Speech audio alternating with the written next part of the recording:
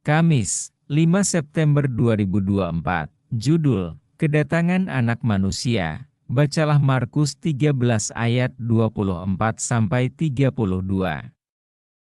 Peristiwa besar apakah yang digambarkan di sini? Peristiwa besar yang digambarkan dalam Markus 13 ayat 24-32 tidak lain dari kembalinya Yesus Kristus dalam kemuliaan, didahului dengan tanda-tanda pada matahari, bulan, dan bintang. Perjanjian baru penuh dengan nubuatan yang menunjukkan pada peristiwa yang menakjubkan ini.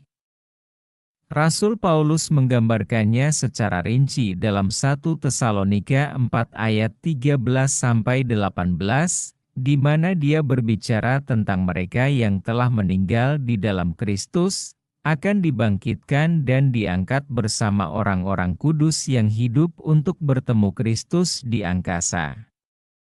Dalam 1 Korintus 15, Sang Rasul berbicara secara rinci mengenai realitas kebangkitan orang mati, yang terjadi pada kedatangan Kristus kembali. Petrus menggambarkan hari besar itu juga dalam 2 Petrus 3 ayat 3-13, menjelaskan bahwa Tuhan tidak lamban menepati janjinya, namun ingin semua orang bertobat. Dan Wahyu memiliki gambaran yang nyata mengenai kedatangan Kristus kembali. Lihat Wahyu 1 ayat 7, Wahyu 6 ayat 12-17, Wahyu 14 ayat 14-20, dan Wahyu 19 ayat 11-21. Pengajaran Perjanjian Baru yang konsisten adalah bahwa kedatangan Kristus kembali bersifat pribadi, literal, terlihat, dan terdengar. Setiap orang akan melihat Dia ketika Dia datang. Namun, bagaimanapun apa yang Yesus maksudkan dengan angkatan ini dan hari itu atau saat itu, kata-kata ini meresahkan banyak orang karena jelas generasi dengan siapa Yesus berbicara sudah lama meninggal. Sejumlah solusi untuk bagian ini telah disarankan. Ada yang berpendapat bahwa kata angkatan generasi bisa merujuk kepada suatu ras bangsa, dalam hal ini Yahudi. Artinya, ras Yahudi tidak akan binasa sebelum Kristus datang kembali.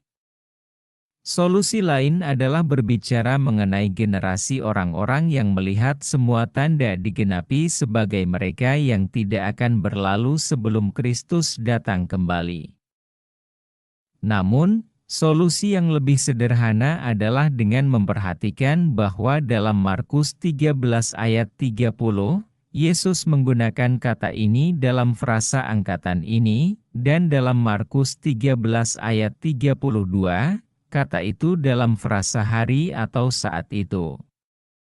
Dalam Markus 13, kata ini, houtos, haup, touto, lebih banyak muncul di ayat 1-13, yang mengarah kepada kehancuran Yerusalem.